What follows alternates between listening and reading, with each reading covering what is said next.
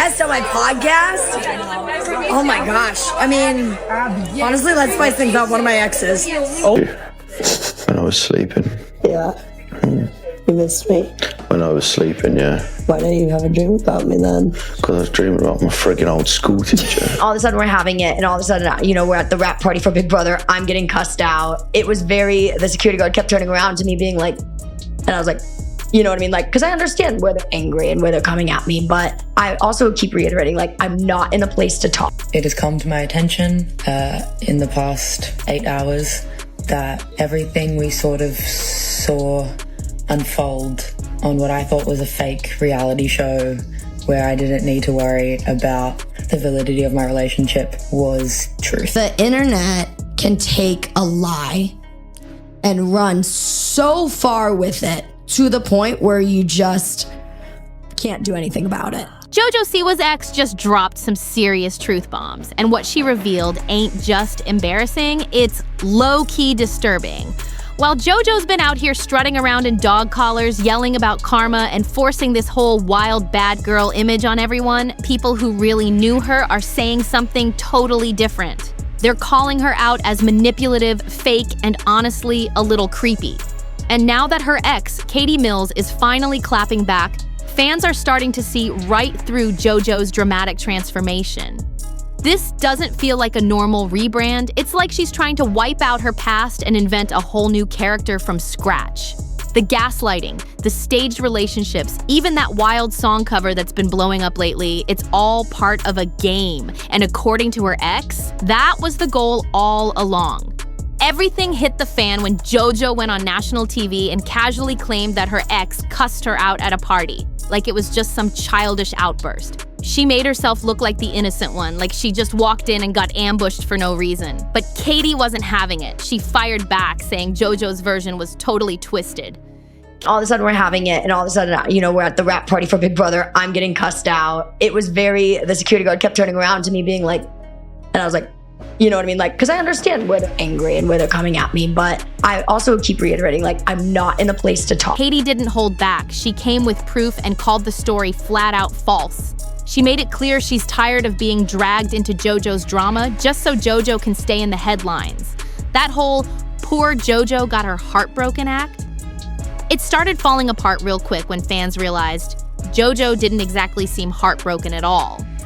Right after wrapping up Celebrity Big Brother, JoJo was out here getting real close with 33-year-old Chris Hughes, crawling into his bed, giggling like it was a rom-com, and putting all that flirty tension on full display while still being in a relationship with Katie. When I was sleeping. Yeah. You missed me. When I was sleeping, yeah. Why don't you have a dream about me then? Because I was dreaming about my friggin' old school teacher. So why was she out here acting like Katie was the bitter ex when she was the one playing games with a grown man on live TV? Fans caught that quick. On TikTok, Reddit, everywhere, people were calling it out. They saw the pattern clear as day. JoJo always jumps out first with her side of the story. She posts a cryptic TikTok, cries on command, and makes herself look like the one who got hurt. But when someone claps back, suddenly she's confused and doesn't know what's going on. But according to Katie, JoJo knows exactly what she's doing. If JoJo's out here twisting a breakup just to make herself look innocent, then what else has she been bending to fit her story? Fans are starting to peep the pattern too, and this new JoJo doesn't just feel like a rebrand, it feels like a full-blown act, a whole character switch. After JoJo tried to flip the breakup story on Katie, people were already giving her the side-eye. But then she dropped that Betty Davis eyes cover, and things really went downhill. Fast. The version she posted? Soulless, weirdly raspy, and packed with intense, blank stares. Of boys that think she's bad, she's got Betty Davis. TikTok went in on her immediately. But here's the wild part. Kim Carnes, the actual icon who made that song legendary back in the 80s, dropped a silent bombshell. Right after JoJo's cover hit the internet, Kim posted and then quickly deleted a cryptic message. And that just made it even more suspicious. There's a big difference between singing a song and actually owning it. And Kim Carnes made that crystal clear without even saying JoJo's name. She posted, "There's a difference between singing a song and embodying it. I've always believed authenticity is what makes music timeless. I'm forever grateful to be the voice behind this one." She didn't need to call JoJo out directly. Everyone knew who she meant. And the comments? They were brutal. One fan said, "She is correct. It's a great song and JoJo is awful. She had no business even trying." Another added, "The last thing didn't work out, so now she's trying something new. I wonder what it'll be after this flop, girl boss." So now it's not just exes calling her out. It's the fans turning on the whole act. But instead of slowing down, JoJo went full speed ahead. Before the Betty Davis eyes mess even started, JoJo had already wiped her old image clean. The neon bows? Gone. High ponytail? Gone. That bubbly, smiley persona? Replaced with Kiss-style face paint, fishnets, and a yacht packed with backup dancers. And all of that for a music video called Karma that looked like it was filmed on an iPhone and edited in iMovie by someone who just discovered filters. The choreography was all over the place. The vocals felt like a middle school talent show audition, and the storyline, it didn't even exist. JoJo tried to explain it away, saying karma scared her when she first wrote it at 18, but the final product, just plain confusing. Originally, I was scared of the lyrics. I was 18 years old. I didn't want to say bitch. I didn't want to say I was a bad girl because I wasn't a bad girl. Sure, some folks said the criticism felt harsh, maybe even like bullying, but let's be real. If your rebrand leaves everyone scratching their heads, the internet's gonna say something. And it wasn't just random haters, even longtime supporters started backing away. Fans started connecting the dots real quick. They said JoJo, like a lot of young girls, hopped on certain labels just because it was the trendy thing to do. But now, they're saying she's grown out of it, and the shift feels more like a full identity reset than just a style change. It's not just the glitter and costumes that feel off anymore. It's the whole arc she's trying to sell. And this ain't some random phase. People are calling it a pattern. Every time JoJo switches up her look or changes her label, there's always the same theme. Whatever's gonna get her trending. If it racks up views or sparks headlines, she's down. But it didn't stop with Karma. Just when people thought that was rock bottom, JoJo basically said, "Hold my collar," and dropped a wild track called Guilty Pleasure. And it took things to a whole new level of what is going on. We're talking teddy bear lingerie, burlesque vibes, and a dog collar in a chapel. It looked like she raided a Bratz doll factory and a haunted church and glued the pieces together last minute. But instead of giving camp, it just gave confused. Even JoJo's own behind-the-scenes clips showed her looking totally unsure of what she was doing. Stop! It's so weird that we're gonna go do this for 2 hours and we're never gonna see this again. My mom's currently doing her last minute stoning. Yeah. Let's freaking do it! Let's so proud, so grateful. Let's fucking do it! JoJo, ready for take one? No. The visuals were all over the place, the music didn't stick, and the whole vibe? Screaming help in sparkly glitter font. The comments went wild, with one person writing, "Is it just me? Or are the comments the best part of this whole song?" But here's what really had people shook. JoJo knows her core fan base still includes young kids. The same kids who followed her from Dance Moms to Nickelodeon, who wore her bows and sang along to her bubblegum tracks. Now she's in barely there outfits dancing in a church set. That's the part that's rubbing folks the wrong way. The rebrand's a mess, the music's forgettable, and the chaos, it just keeps going. Right after Guilty Pleasure tanked, JoJo started spiraling, and it was all playing out in real time. She pulled up to the GLAAD Awards rocking a half-shaved rainbow mohawk and full drag glam. When folks asked what the look meant, her answer didn't clear anything up. It just left everyone even more confused. Look today. Straight.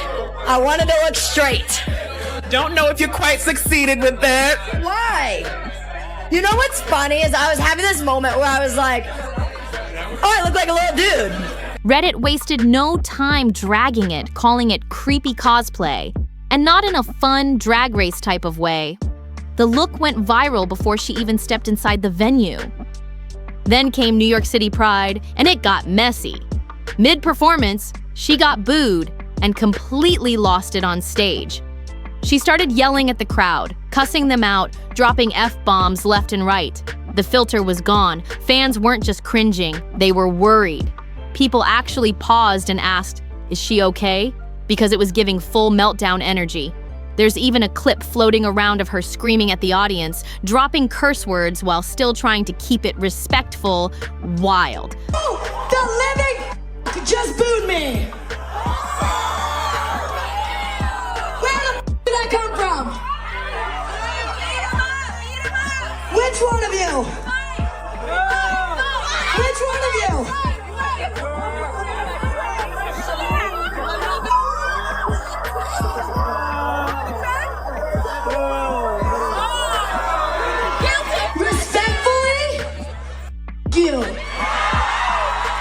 But nothing topped the chaos of JoJo's 21st birthday. The infamous Disneyland meltdown. What should have been a cute birthday bash turned into a full-blown online breakdown.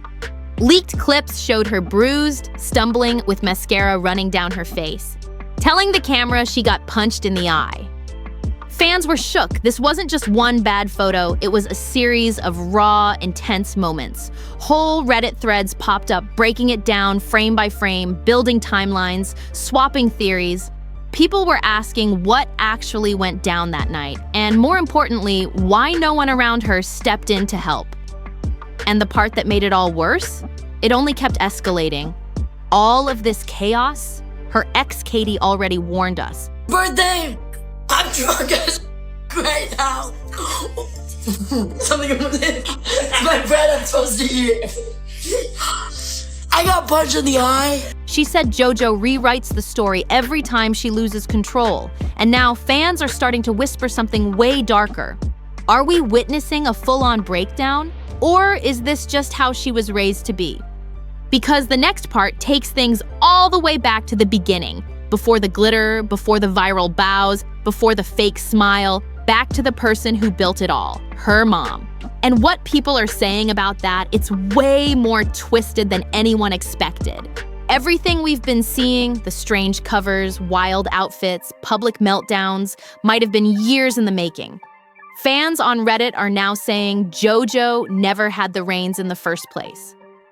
That this whole identity crisis, it didn't start on stage, it started at home. And the receipts, they're disturbing. One viral thread broke it all down in detail. Her mom wasn't just guiding her career, she was running it like a business. She chose the bows, the high ponytail. She made it JoJo's signature and even bullied other moms who copied it. She allegedly started bleaching JoJo's hair at age 3. She hated dancers who showed more talent.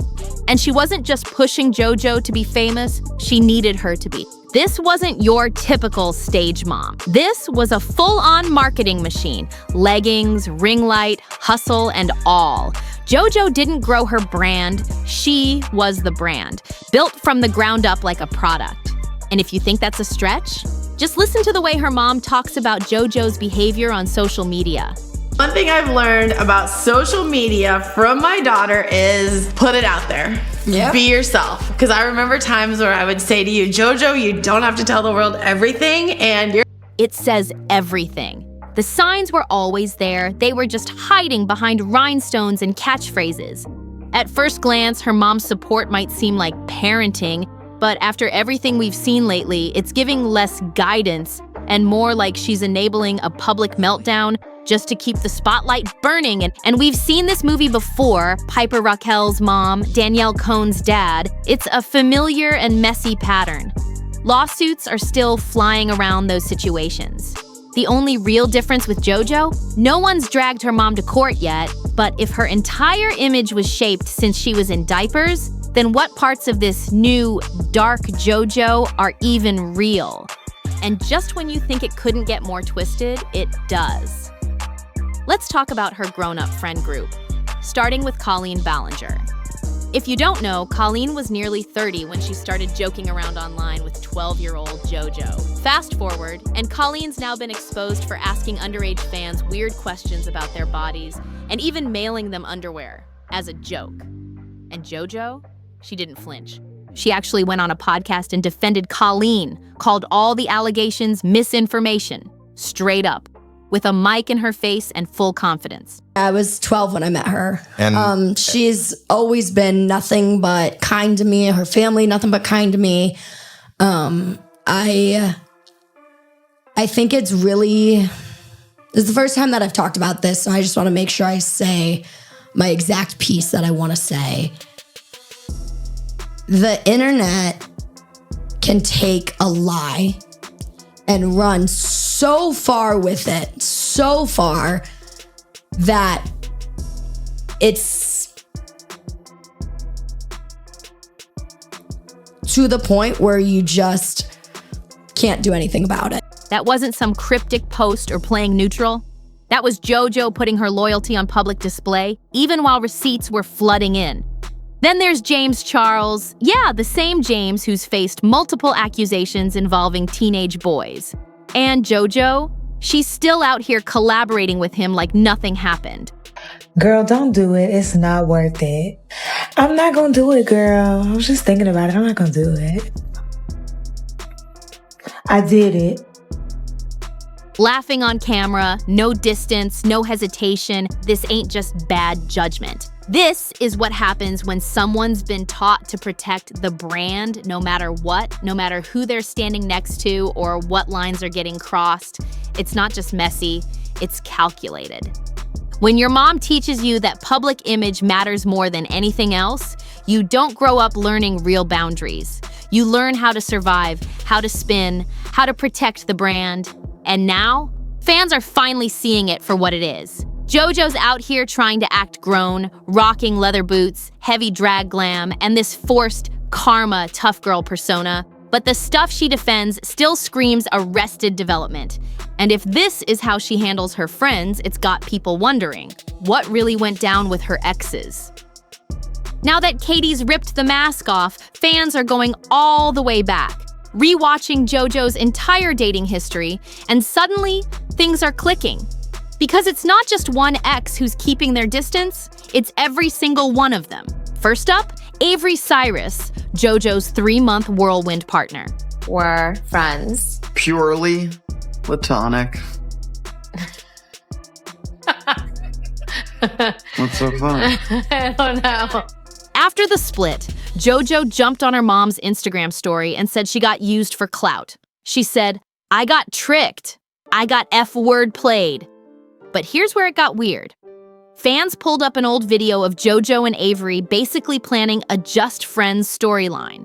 It sounded rehearsed, almost like the whole thing was scripted from day one. JoJo said, "We're friends, purely platonic." And fans started piecing it together. It was giving full PR stunt. Then JoJo's mom jumped in with more clout chaser commentary, doubling down like it was a brand crisis instead of a real breakup. That's when people really started questioning if the whole thing had been manufactured. Then there's Kylie Prue, JoJo's longer-term fan favorite ex. Back when they were together, people rooted for them hard. But after their breakup, Kylie went live and calmly said she walked away to clear the air. She even admitted she probably wouldn't do another public relationship again. And honestly, that sounded less like a reflection and more like a warning. Sure, it looked sweet at the time.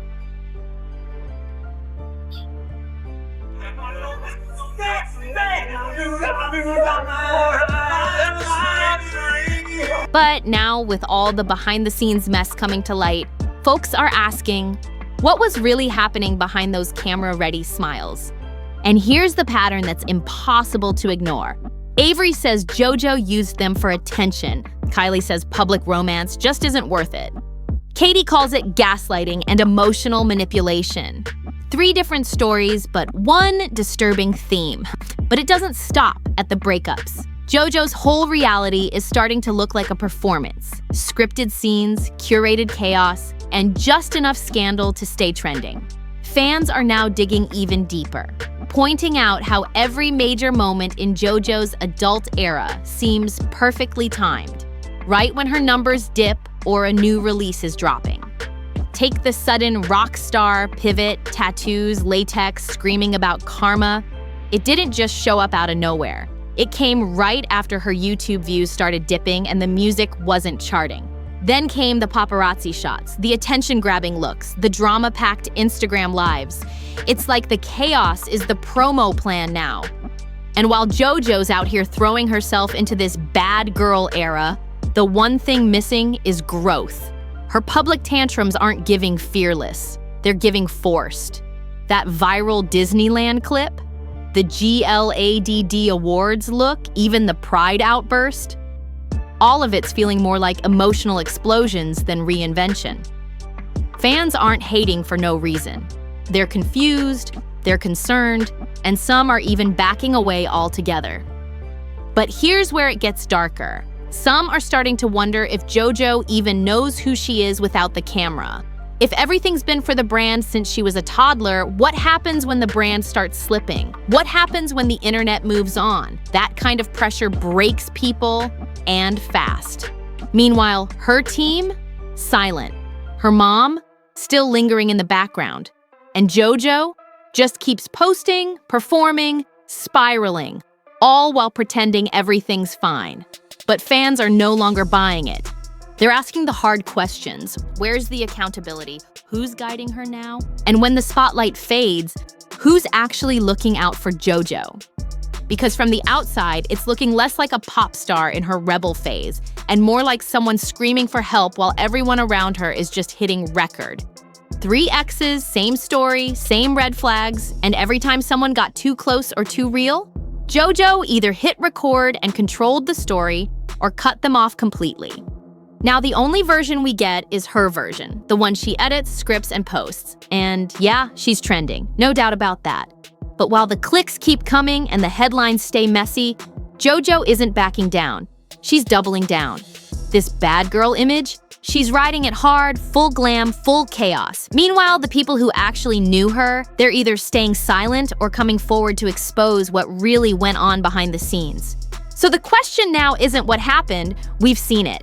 It's what's coming next. Because if this is just the warm-up, then the story JoJo's building could blow up even bigger. But what happens if someone finally pushes back and people actually listen? The truth is, this saga isn't over. It's just getting started. And whatever comes next, it's going to be loud, messy, and probably viral. So if you've been keeping up with the drama, don't stop now. Hit that like, share, and subscribe to stay locked in, because there's way more celebrity chaos where this came from. And if you want even more tea on stars who flipped their image or got caught in behind-the-scenes scandals, go ahead and click the next video on your screen. It's packed with wild twists you don't want to miss. See you in the next one.